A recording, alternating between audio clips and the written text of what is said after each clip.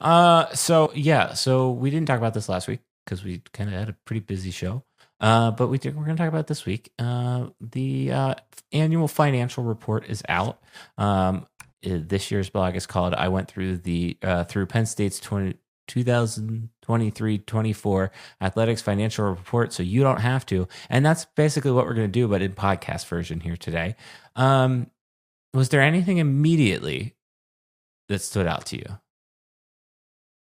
I'm going to tell you two things, and you aren't going to like either one of them. All right, let's hear them. I look for like big percentage changes, right? Okay. So there was the parking change, Mm-hmm. and in terms of parking revenue, which people will grumble about, but it is what it is anymore these days. And the Spirit Squad expenses. Yes. That one, like those are my two things that I looked at. I'm like, okay, parking went up because they're enforcing it more. They're doing the park mobile. Wasn't revenue that wasn't realized before. Like the number of people might not have changed, but they probably just find a way to make sure they're getting paid for the people who are driving. But the Spirit Squads, I was like, unless something just hit this year that wasn't there before, like, I don't know, that was a weird increase. The only thing that I thought was, but no, that was this season, that the Nittany Lion got a new suit, but I do not think it cost $300,000. I forget what the exact difference was. I don't know if maybe did some group get elevated to actual Spirit Squad level? Like maybe they reclassified somebody from a club or ancillary level that made it all hit at the same time or something? Maybe we can collect some questions and email some people on this, because that would be interesting to find out. And what was the parking? All right, those are Steve's highlights. Broad highlights: Penn State made the most money it's ever made. Probably also spent the most money, at least that I could find, ever as well. $220 million in revenue, and then $215 million in spend, with a $5 million profit, which you can debate whether or not athletic departments are profitable or should be profitable. But it's interesting because Ohio State is operating on a $40 million deficit right now.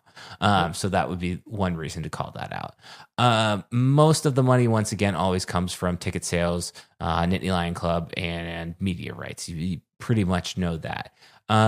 Interesting jumps in ticket sales that I saw. Just a slight bump in football. But what I want to do is, and maybe this is a summer or early winter project here, or late winter project here, just kind of map this along with team performance. I thought it was very interesting that women's volleyball continues to grow in terms of their percentages. Thought it was interesting that women's basketball went up as well, just because they have not necessarily found their footing. They kind of teetered with the tournament this season, the season that these financials are from. But then they kind of had that late season collapse last year, and that was what cost them. And then Penn State kind of changed the way it groups some of these things in there. But hockey still remains the number 2 driver. I think that is probably more of a correlation of number of games than it is anything else, and number of seats in the arena. I mean, it's still a hot ticket to get. It's still not an easy ticket to get. We bought ours on the secondary market for a game we went to, and it was not cheap. I mean, we spent probably just about as much as we did to go to an NHL game, just for those tickets. I think I want to map that out and see if there's any correlation there. And that might be a interesting one.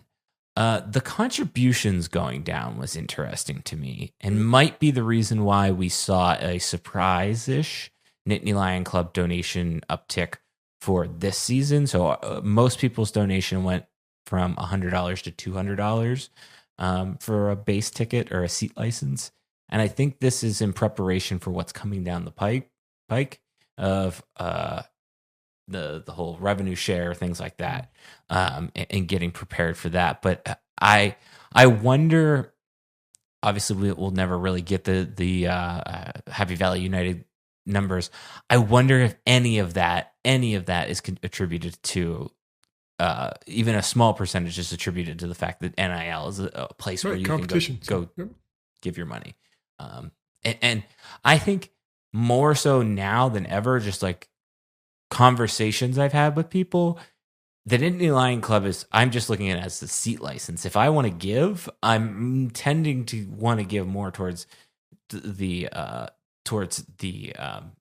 NIL collective as opposed to other aspects there. And that comes with interesting dominoes for athletics, right? Because you have staffs whose job it is to raise money.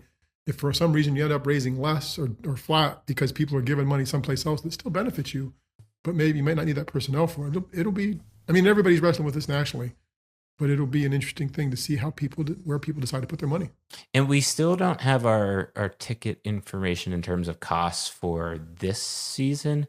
I have a tough time seeing them raise the prices just with all the hubbub going on in terms of the west sideline and all of the renovation they're doing there. Like, I think that would be a sticking point to say, hey, a quarter of the stadium, we're moving you, but also give us more money. But who knows? I've been wrong. But, before. lessen the pain if you do a little bit this year, and yeah, won't have to be as next big the year, following and then year. next year. I think the parking and concessions, which is grouped under two things, and this is the second question I had as we go through this and talk through this here, is interesting. Just from the bump of were able to sell beer the whole season this year. I don't know that 5 million of that is attributed to that, but I bet that some of that is. Now, I would assume that, because isn't Penn State Parking Authority what Park Mobile goes to, though? Is that? I think so. No, I actually wonder what the split is there. Right. Well, I overlooked the slash concessions. When you put the beer in there, maybe parking wasn't that much of a big realized revenue. It was. I might be thinking it's more of the alcohol than everything else. The only other thing I thought in here is there was. I wonder if this is included. The concert. The concert was in April, which includes this fiscal year that we're looking at. Yep. And they charged a pretty penny for that. Did Penn State really get a $5 million boost from that? I don't know. Maybe we can do some responsible journalism and email some questions around on that. So that was kind of it from other revenue notes there. Oh, and the sports camps thing. That was the other one I didn't understand, was why they just started reporting that, because they've always done sports camps, right? Like, wonder what was there a bylaw that changed?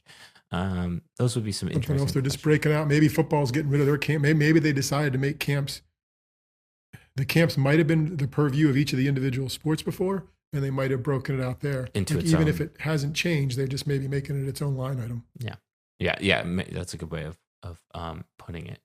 In theory, there is a way you could see like the profitability of each program. I don't do that. I didn't do that just because like you got to like other operating revenue, right? Like that covers a lot of other sports. So it kind of murkies the waters and things like that. So that does it for revenue, so to speak. Nothing too surprising in terms of salaries. Those just went up, I would assume, just based on some of the spending we've seen increase throughout there. I did think the severance buyouts was interesting because I would assume that we're seeing the end of some contracts, maybe Pat Chambers being one, and then maybe Kirk Chiraka being the other. But then you're going to see the inclusion of what would have been Mike Yursich's as well. Team travel also went up, and we won't know the effects of this year's impact on that until next year. But I think this is going to go up even more again more this year, just because this is the first Big Ten year, or West Coast Big Ten year, and I think that's something to highlight. But yeah, we got to find out why Spirit Groups went up 64%. It went up, for context, it was at $398,000 in 2023, 2024, or I'm sorry, 2022, 2023. In 2023, 2024, it went up to $652,000. I don't think the fourth quarter flag cost that much. I was waiting. I was waiting. That's what I don't think. The other thing I'm curious about, and this is more so if somebody, what are memberships and dues? Like, does that include like coaching memberships? Does like what dues are oh yeah, I would think they're the coaching associations and other associations individually. And I don't know if that's a dues. Is there an NCAA due? Like, I mean, I guess that's kind of what I was wondering. But there's probably, I'm sure there's an association for every possible thing. So yes. Okay. The athlete meals was flat. That was flat, which is interesting that student aid went up, but the food costs did not go up. But that might be just because related to, was there a 3% tuition bump? Can't remember. Well, the other thing that started this fall, which could impact athlete meals next year, is this fall that football introduced its own training table, right? They pulled it out of Pollock and made their own. So athlete meals next year should be different, probably because it's going to be on their own. Like they're not paying. This would be kind of like the Jordan Center, I bet, in some ways, when they talk about renting the facility. Yes. Like athlete meals, some of this was probably paid to finance and business in the dining halls for that number. They'll have that continued for other sports, but they'll have their own for football this fiscal year. So it'll be interesting if that shows up in there or something. I mean, it won't be some huge number, so you probably won't be able to tell. But that'll be different next year. The only other one that caught my eye in terms of expenses, equipment went up 15% from 5.2 million to 6.1 million. I would assume that jerseys are included in that. And I do feel like I have noticed more jerseys in general under the Pat Kraft era of between like baseball getting new jerseys, like with the new logo and font on them. I wonder if some of that's, maybe not all of that, but I wonder if some of that's kind of included in there as well.